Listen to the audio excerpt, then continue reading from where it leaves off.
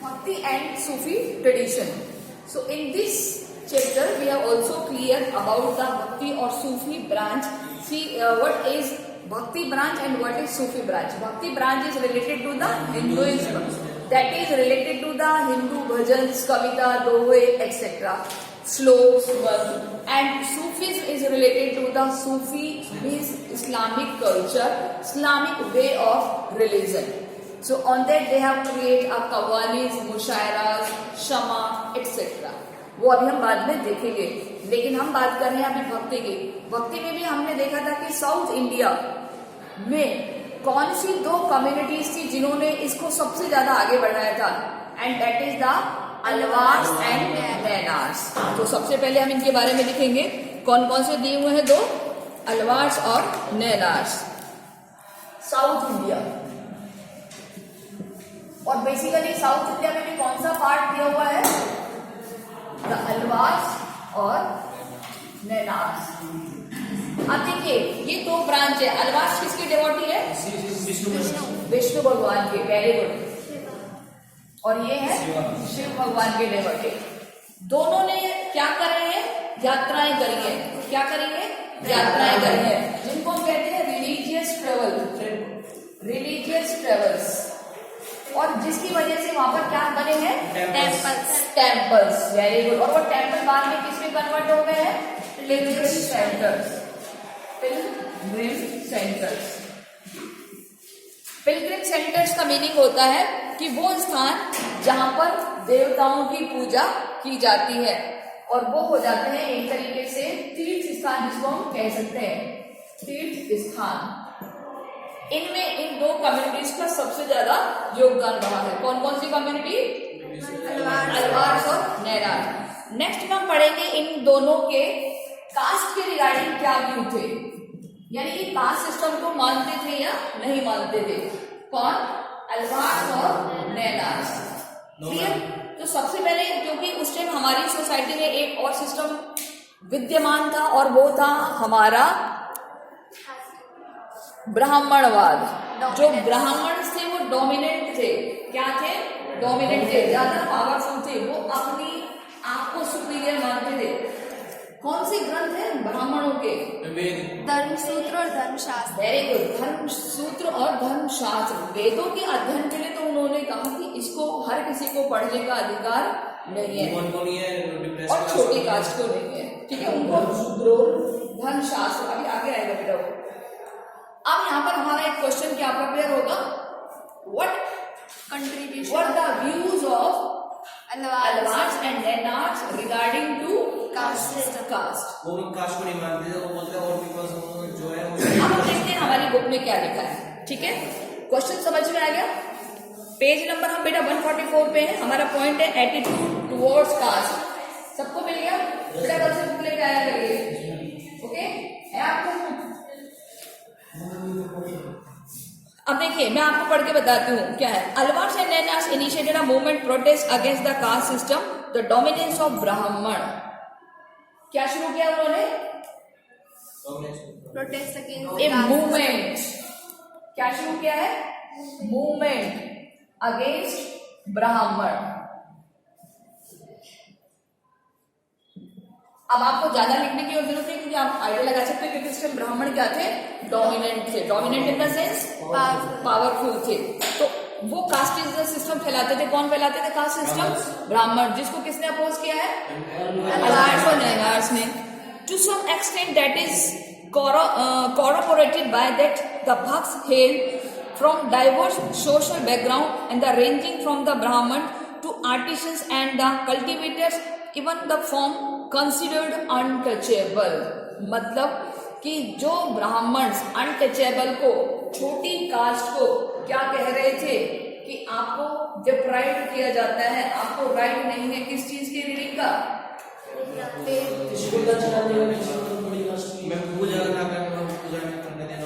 Exact. यानी किसी भी तरह के रिलीजियस कस्टम में इन्वॉल्व होने का. वही इन्होंने इनको इन्वॉल्व करना शुरू कर दिया. किसने, अलवार्स और नैनार्स ने. तो अगर हम इसको इनडायरेक्टली क्या लिखे तो क्या लिखे, दे अपोज द ब्राह्मण सिस्टम, ब्राह्मणवाद. क्लियर? तो ये डिपेंड करता है हमारे ऊपर कि हम अपने आंसर को किस तरीके से स्मार्ट बनाए। Any doubt? क्लियर हो गया क्वेश्चन? क्या है हमारा question? Views of Alvar's and Leonard's about class. Movement बिल्कुल। क्या नाम है मूवमेंट का? ऐसे पर्टिकुलर नेम नहीं है, मतलब इन्होंने अपोज किया था। इन्होंने कहा था कि हर व्यक्ति को अधिकार है पूजा प्रार्थना का, कोई ब्राह्मण या अनोखी नहीं है कि जो उसको सारा राइट्स उन्हीं को मिले। क्लियर? सो दैट इज, अब हम बात करते हैं the importance of tradition of the Alvars and Nainars was sometimes indicated by the claims that the composition were too important as the Vedas. किसने वेद के इंपॉर्टेंस पर क्वेश्चन लगाया? एग्जैक्ट वाई, क्यों लगाया होगा क्वेश्चन वेद के ऊपर? वेद क्या है? इस पर किसने क्वेश्चन किया है? वेद क्या है? Language and text book of Hinduism. कितने हैं? कौन कौन से? 5 ही हैं। ऋग्वेद, सामवेद, अथर्ववेद, 4 वेद है। इनकी इंपॉर्टेंस पर किसने क्वेश्चन मार्क लगाया है? क्यों लगाया है? क्योंकि हर भाषा को इक्वलिटी रखते, मतलब किसी को डिप्राइव रखते। पढ़ नहीं सकते मैं बेस। एग्जैक्ट। सबसे पहला जो वेदों में लैंग्वेज यूज की गई थी, it is very hard Sanskrit. तो जो हर किसी की दूसरा कि जो लैंग्वेज तो यूज की गई थी, लेकिन उसमें जो ब्राह्मण थे उन्होंने क्या कहा था कि हर कोई इसका अध्ययन नहीं कर सकता। मैं उसका एक तरह से तात्पर्य सही भी था, बिकॉज मैं उसमें सारी चीजों के बारे में मतलब जैसे कि तांत्रिक विद्या ये सब उसमें लिखी जाती थी, तो हर कोई उसको मिसयूज कर सकता है, इसलिए वेरी गुड। प्राइवेसी। ठीक है, तो ये सब कौन अपोज कर रहा है? अल्वार्स और नैनार्स। तो आप यहाँ तक लिख सकते हो ना? तो बोथ अल्वार्स और नैनार्स, साउथ इंडियन कौन? Followers, religious followers oppose the Vedas. क्यों? क्योंकि हम इसमें लिख सकते हैं क्योंकि ब्राह्मणिकल सोसाइटी थी और उन्होंने ये कह दिया था कि ऐसे उच्च शिक्षाओं का अध्ययन करने का राइट हर किसी कास्ट को नहीं है, विमेन्स को नहीं है, छोटी कास्ट को नहीं है, अनटचेबल्स को नहीं है। वही इन्होंने शुरू किया था। अब हमारा एक और क्वेश्चन प्रिपेयर हो गया यहाँ पर कि one of the major anthropologist composition by Alvars that is known as the Nalayira Divya Prabandham. वेद और तमिल्स यहाँ नहीं आएगा, मैं इसको बीच में लिख दूं, यहाँ लिख दूं, है ना? ये क्या है? NALYIRA, नलहीरा दिव्या प्रबंधम। दिव्या प्रबंधम क्या है ये? वेद और तमिल्स क्या है ये? तमिल का वेद। यानी इन्होंने जो हमारे वाले वेद थे ना, उनको तो क्या कर दिया? अपोज कर दिया और खुद के वेद को शुरू कर दिया। किसने? तमिल्स के वेद का क्या नाम है बेटा? क्या नाम है? मैं इतने वेद लिख देती आपको, ताकि आपको याद रहे। नलहीरा दिव्य प्रबंधम। ठीक है, थोड़ा सा लंबा नाम है लेकिन ऐसे याद कर सकते ना, दिव्या प्रवाह वो तुम्हारा लॉजिक है, जिस तरीके से याद करो। क्वेश्चन ये आएगा, write the name of Tamil Veda. क्या नाम है? नलहीरा दिव्य प्रबंधम की रचना क्यों की गई? मैम बिकॉज इसमें एक आपका मेंटली आंसर है, बुक में नहीं दिया हुआ। मैं बताऊं व्हाई? मैम उन्होंने अपोज किया था वेज को, जो ब्राह्मण उसमें मैं अपनी मॉडिफाई करा था मैं अपने वेज में, Very जैसे कास्ट सिस्टम बढ़ा दिया था Exactly. और मैम जो वुमेन्स थी वो भी उसको टेक्स्ट को पढ़ सकती थी और मैम जो Women devotee बन सकती थी। में उसको पूजा कर सकता था, मान सकता था। एग्जैक्ट, उनके श्लोक का, उनके पाठ, हर कोई उनका पाठ कर सकता था। इसीलिए तो आपने ये आंसर अपने मन से दे दिया ना, क्योंकि कुछ लोगों को डिप्राइव किया गया था, उन लोगों को इन्वॉल्व करने के लिए इसकी रचना। मैम एक क्वेश्चन है मैम मेरा, तब मैं तभी से इतना सब हो गया था मैम, इतना मतलब कि तो आज आप डिप्रेस क्लास को सामने लाया गया, तो आज भी इस कास्ट सिस्टम क्यों है मैम? ये हमारी स्ट्रक्चर में ही इन्वॉल्व है। हमारी जो एक सृष्टि बनी है ना, हमारा जो समाज बना है उसमें इन्वॉल्व है।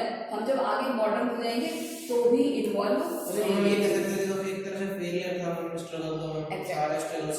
ये दुनिया का नियम है, शक्तिशाली हमेशा कमजोर पर हावी रहता है। या तो फिर शक्तिशाली जो, या तो फिर कमजोर शक्तिशाली बन जाए, है ना।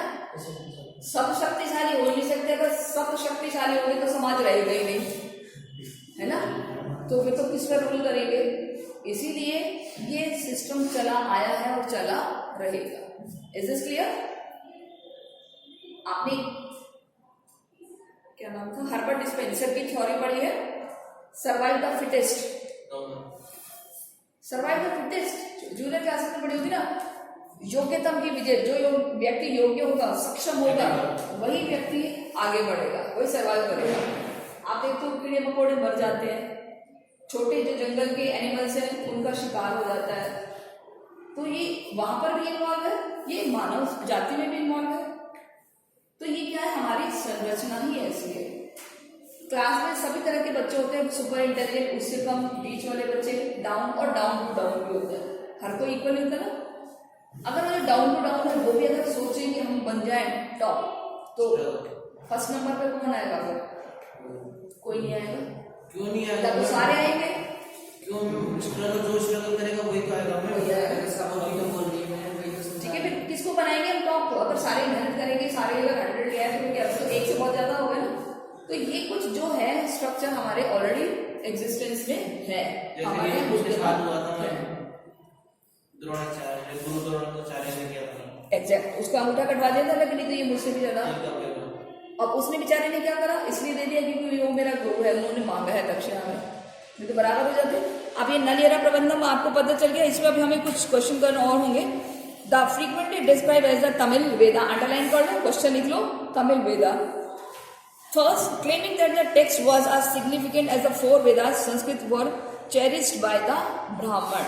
किसके अगेंस्ट शुरू किया था? जो ब्राह्मणों के वेद थे, उनके अगेंस्ट कौन सा ग्रंथ रखा गया? ये नलियारा दिव्य प्रबंधम।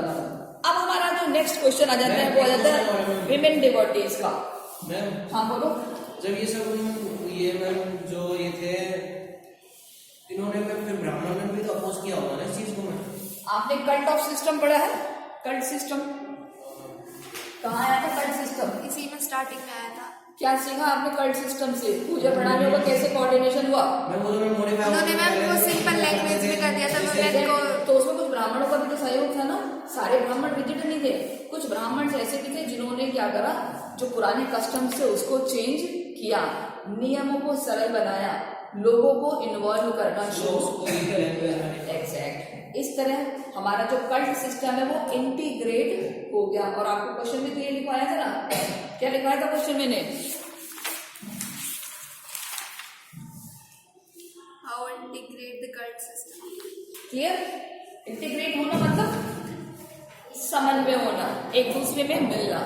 अब विमेन डिवोटीज की हम बात करेंगे, तो सबसे पहले विमेन डिवोटी हम पढ़ते हैं। Right the Alvars women devotee. Women devotee मतलब कि महिला जो पढ़ लिख करके क्या बन जाती है? गुरु बन जाती है, कोई धार्मिक लेडी बन जाती है, उसे क्या कहते हैं? डिवोटी। मैं बट एक क्वेश्चन जो मेरा, तो सबसे पहले हम किसकी देखेंगे? अलवार्स। अलवार्स ने एक ही नाम दिया है, वो किसका दिया हुआ है? अंडाल। आप याद रखिए, अंडाल। और ये किसकी डिवोटी थी? विष्णु। मेरा क्वेश्चन अराइज हुआ, मैं उसमें कबीर एक ग्रंथ में जो कबीर ने वो श्लोक देखे तो उसमें ये लिखा था पढ़ थी कोई पंडित नहीं बन जाता। तो मैं आप ये कैसे बन जाए? क्या है कबीर का दोहा? पूरा बोले तो थी कोई पंडित नहीं बन जाता, बोले पूरा दोहा सीख के आना, फिर बोलना है अधूरा दोहा। पहले पूरा दोहा लिख के लाना कल, ठीक है? यस। अरे केवल अभी हम अलवार्स की कर रहे हैं, ठीक है? अलवार्स में किसका नाम है? अंडाल। और किसकी डिवोटी है? अब यहाँ पर क्वेश्चन आपसे पूछा जा सकता है, the name of the women devotee of Andal. Oh sorry Alvars, Andal. Andal देखिए हम लोगों को बड़ा अजीब सा वर्ड लग रहा है, लेकिन अंडाल एक ऐसी लेडी थी जिनका टीवी पर जो रामायण सीरियल आया था, मैंने आपको वीडियो में भी बताया था, जिसमें जो रामानंद सागर है उन्होंने भी इनके ग्रंथ को पढ़ा है, क्योंकि इन्होंने विष्णु भगवान की महिमा का गुणगान किया है। तो साउथ में जो इन्होंने अपने भजन दिए हैं, जिसमें इन्होंने विष्णु भगवान के, जिसमें इन्होंने भगवान राम के जो भी क्या बोलते हैं मैसेजेज है उन सबको मेंशन किया है। जैसे हमारे मीराबाई ने कृष्ण की भक्ति में किया है ना, ठीक इसी तरीके से अंडाल ने राम की भक्ति के लिए, विष्णु भगवान की भक्ति के लिए जो भजन लिखे हैं उनको हमने सीखा है। जैसे हम किसकी वो पढ़ते हैं, रामचरितमानस की राइटर कौन है? तुलसीदास। तो क्या जब रामानंद सागर ने रामायण सीरियल बनाया होगा तो उसने तुलसीदास की रामचरितमानस नहीं पढ़ी थी? पढ़ी। कदम्ब एक और है, अंडाल है, एक और है साउथ के। तो बहुत सारे हर जगह रामायण को अलग अलग रूप में दिखाया गया है। तो जो हमारे नॉर्थ इंडिया में रामायण होते केवल वही नहीं दिखाई गई, साउथ में उसके बारे में क्या लिखा है, ईस्ट में उसके बारे में क्या लिखा है, नॉर्थ में क्या लिखा है, इन सबका कलेक्शन करके तब उन्होंने वो सीरियल प्रिपेयर किया। तो अंडाल वहां से नाम है। अब आप अंडाल नाम भूलोगे? भूलोगे? कौन से धर्म से है ये? अलवार। और कौन से भगवान की डिवोटी? विष्णु भगवान की। क्लियर? अब आते हैं नैनार्स की। नैनार्स की थोड़ी सी नाम विचित्र लगेगा। The widely sung the continuous song of the date. Andal saw herself to beloved of Vishnu. Her verses express the love for the deity. Another woman, that is the Karaikal Ammayar, the devotee of Shiva, adopted the path of stream accession in order to attain her goal. Nayanars की है ये। नैनार्स की क्या नाम है इनका? मैं short में लिख रही हूँ KA। क्या नाम है? KA पूरा कराईकाल अम्मैयार। ये नाम याद रखना। याद रखिएगा। ये किसकी डिवोटी है? और आप साइड में फोटो देखिए 145 पर 12th century bronze image of the Karaikal Ammaiyar. ये अब आप जब पेपर देंगे तो पिक्चर में जो क्वेश्चन आते हैं ना उसमें आया हुआ है, तो आप यहां सर्कल करके लिखो पिक्चर बेस्ड क्वेश्चन। आप देखेंगे तो आपको मिल जाएगा उसमें पिक्चर बेस्ड क्वेश्चन में। Her composition for preserve within the Nayanar tradition. कहां पर इनकी कविताओं को सुरक्षित रखा गया है? नैनार से। तो इसमें किससे बिलोंग करती है ये? नैनार से।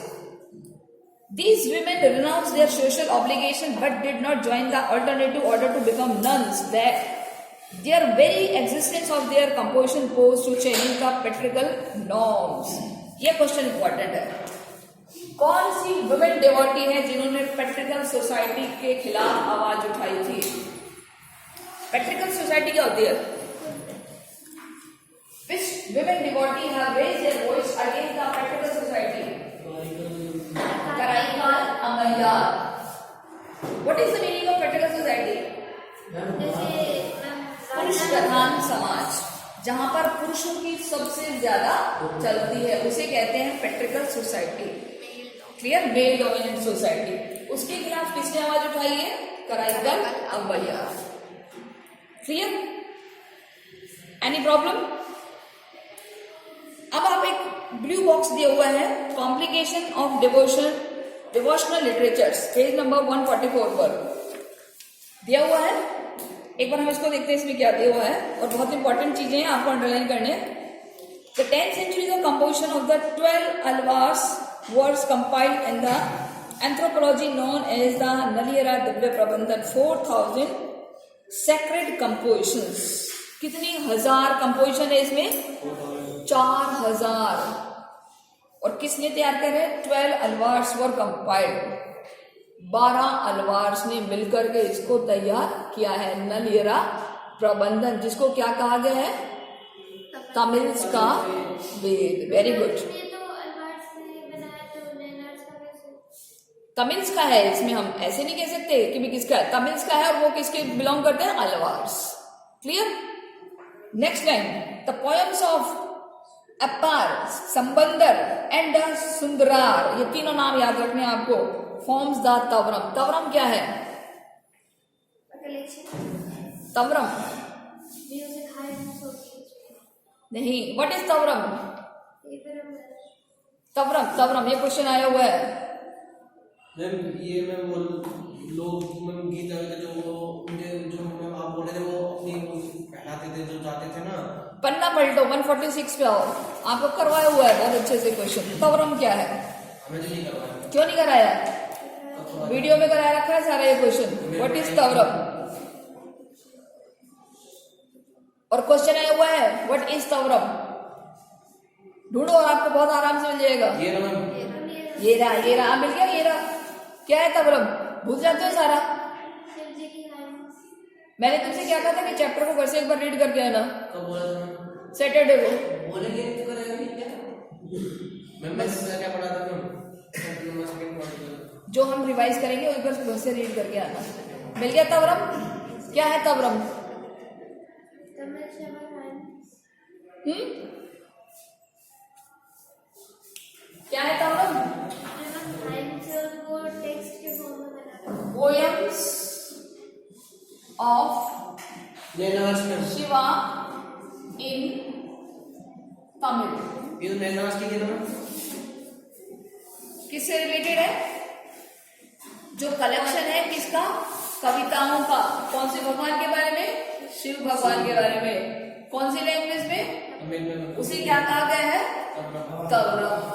ये लास्ट ईयर क्वेश्चन है, वो लेटेस्ट, बिल्कुल लास्ट ईयर 2019 में ये क्वेश्चन आया हुआ है। एक ही जगह ई आएगा। और जो भी तुम कर लेना वो, ठीक है।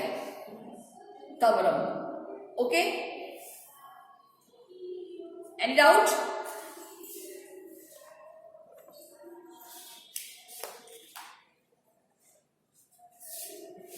क्लियर? आप अब वापस आ जाओ पिछले पन्ने पर। किस किस का नाम दिया हुआ है?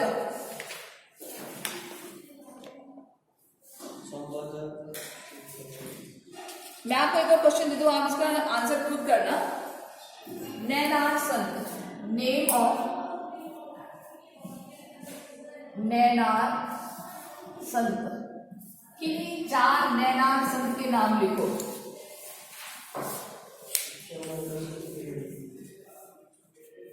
ये रहे दो तो ये कौन से? समुद्रम और सुंदर, ये 3 नाम है। देवर अपार, समंदर, सुंदरार और कराईकाल अमैयार। 4 नाम हो गए, लिखो। तवरम बुक है, ठीक है। तवरम क्या है? बुक। अब ये क्वेश्चन आया हुआ आ सकता है एग्जाम में इस बार, क्योंकि ये बहुत पहले आ चुका है। आप बुक में लिख लीजिए नेम ऑफ नैनार संत। पहला नाम आप क्या लिखेंगे बेटा? अपार, अपार। दूसरा नाम क्या लिखेंगे? संबंदर।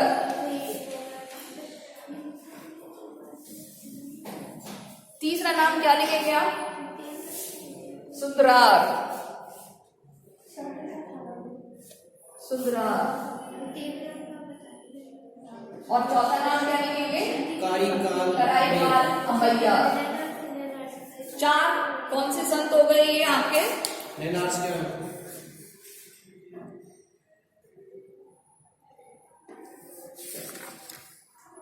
क्लियर? तो these are the 4 names of संत: अपार, सुंदरार, समंदर और कराईकाल अमैयार। ये कहाँ के संत है ये?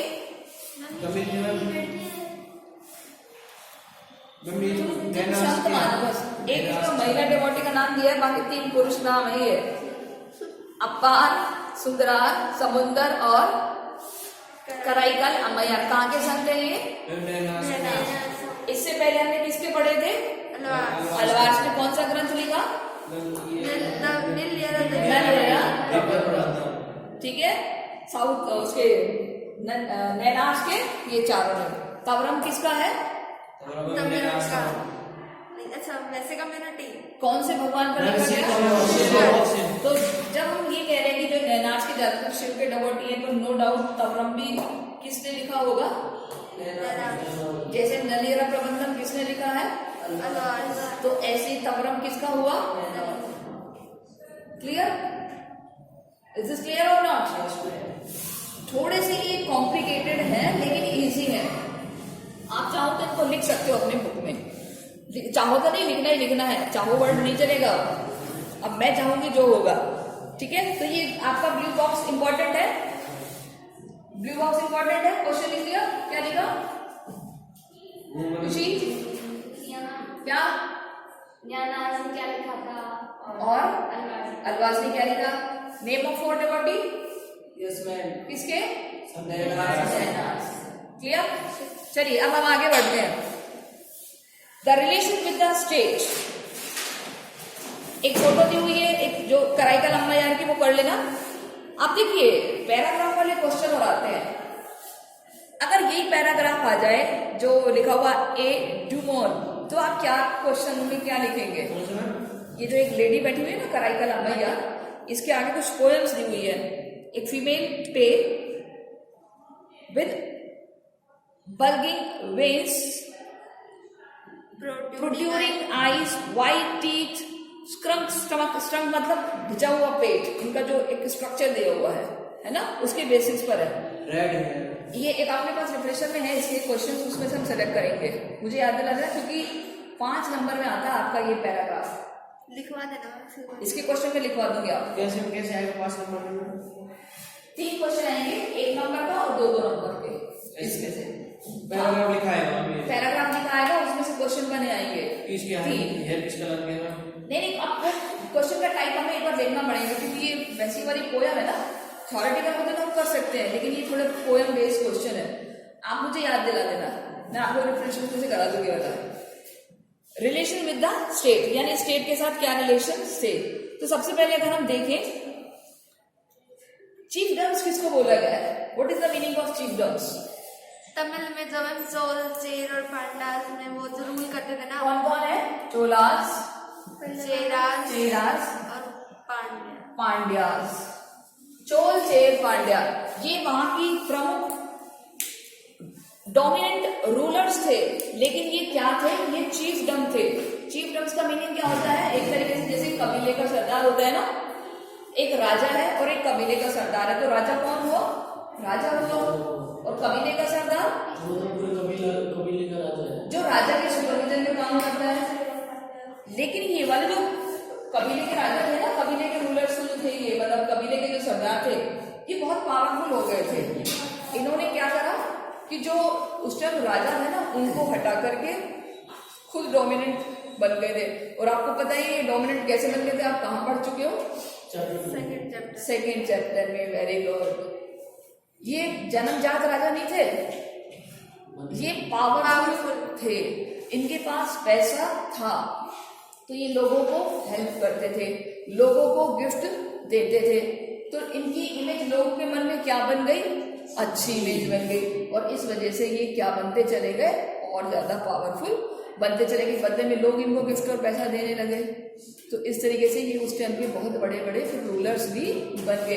इनमें से सबसे ज्यादा जो अच्छा रूलर था वो कौन था? कौन सी डायनेस्टी थी? Chola. Very good, Chola dynasty, जिसको हम कहते हैं चोलास। टेम्पल्स बनवाए थे, क्योंकि इन्होंने बहुत सारे मंदिरों का निर्माण कराया था। क्यों? क्योंकि इनके पास बहुत सारी जमीनें थी, तो ये जमीन को दान दे देते थे। क्लियर? प्लस इनके जो व्यू थे, इनका व्यू था कि माइथोलॉजी को, रिलीजन्स को प्रमोट करना ये चाहते थे। So that's why they have play an important role in south to construction in the temple sector. Which sector? Temples. South के जितने भी ज्यादा मंदिर हैं वो किसने बनवाए हैं? चोला। और आपको पता है साउथ की मंदिरों की क्या खासियत होती है? ज्यादातर मंदिर किस शेप में होते हैं? Chariot temple, dome shape. वो हमने उस वाले चैप्टर में पढ़ा था, 4th चैप्टर में। महानवमी डिब्बा किसमें आएगा? विजयनगर वाले में। मैम डोम से डोम शेप नहीं, चेरी ऑफ टेम्पल्स बोलते हैं इनको, जिसमें गोपुरम, सोल्स रूम होते हैं। रथ मंदिर जिसको हम कहते हैं एक तरीके से। रथ मंदिर देखे ऐसे ही होते हैं। आगे ऐसे जैसे रथ की शेप होती है, पीछे मंदिर होता है, उसके ऊपर काफी बड़ा सा ऐसे हॉल होता है और काफी मैंने ऊंचाई देखा में है। होते हैं, ठीक है। ऐसे होता है। और आप देखना उसमें बड़ी ही बहुत ही कारवेज होता है। कारवेज मतलब एक तरीके से बहुत बारीक काम होता है। जैसे हमारे यहाँ के मंदिर तो फिर भी इतने ज्यादा नॉर्थ इंडिया के इतने ज्यादा नहीं है, लेकिन वहां पर जो मंदिरों का निर्माण है बहुत ज्यादा अच्छे तरीके से किया गया है। ऐसे बनाता हूँ क्या होता है? अब मुझे क्या पता तुम क्या बता रहे हो ऐसे? जो छोटी छोटी पे और डिजाइन होता है यार, डिजाइन भी क्या होता है? यस, एक और नाम दिया है इसमें बस। यस, पल्लवास। पल्लव भी एक उस टाइम की, पल्लव है, राष्ट्रकूट है, चोल्स हैं, चेस हैं, पांड्यास हैं, ये उस टाइम की कम्युनिटीज थी। तो देखिए यहाँ हमें कुछ कॉन्फ्लिक्टेबल इश्यूज देखने हैं कि क्या रीजन था, उनमें कॉन्फ्लिक्ट हुआ था। सो रीजन इज दैट कि जैनिज्म और बुद्धिज्म भी था on that time the south Indian dynasties. और ये हमारी घटना है 6 सेंचुरी से लेकर 9 सेंचुरी के बीच। तो आपको पता है जैनिज्म भी था, बुद्धिज्म भी था, तो दोनों को लेकर के एक कॉन्फ्लिक्टेबल जैसी सिचुएशंस आ गई थी। और ये सिचुएशन ये थी कि which one is better, Jainism, Buddhism या फिर साउथ इंडियंस। तो उनको लेकर के उस टाइम कॉन्फ्लिक्ट होने लग गए सबसे बढ़िया तो जैनिज्म है। अरे मैं तो कहूंगी क्योंकि मैं बिलोंग करती हूँ, लेकिन उस टाइम कॉन्फ्लिक्ट हो गया था ना। उसका रीजन ये था कि क्योंकि जैनिज्म में बहुत ज्यादा रिजिडनेस थी, बुद्धिज्म ये था कि उस टाइम डोमिनेंट हो गया था, और साउथ इंडिया में एक नई ब्रांच चल पड़ी थी जिसके 2 ब्रांचेस हो गए थे, शैविज्म और विष्णुइज्म। जैनिज्म में देखा था कि जो सब चीजें त्याग कर दे वही जैनिज्म होता है। बिल्कुल। तो आप लोग प्योर जैनिज्म हैं। क्यों? मैंने तो त्याग कर रखा है जी तो बहुत सारी चीजों का, बताओगे? जो जीवन जीने के लिए जरूरी है वही चीजें हैं, ठीक है।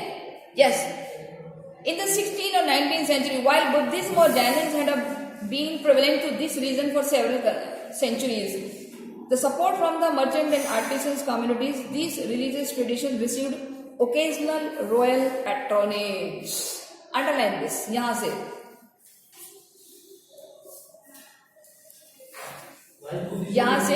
from the second half of the first millennium there is evidence of state including these Pallavas and Pandyas.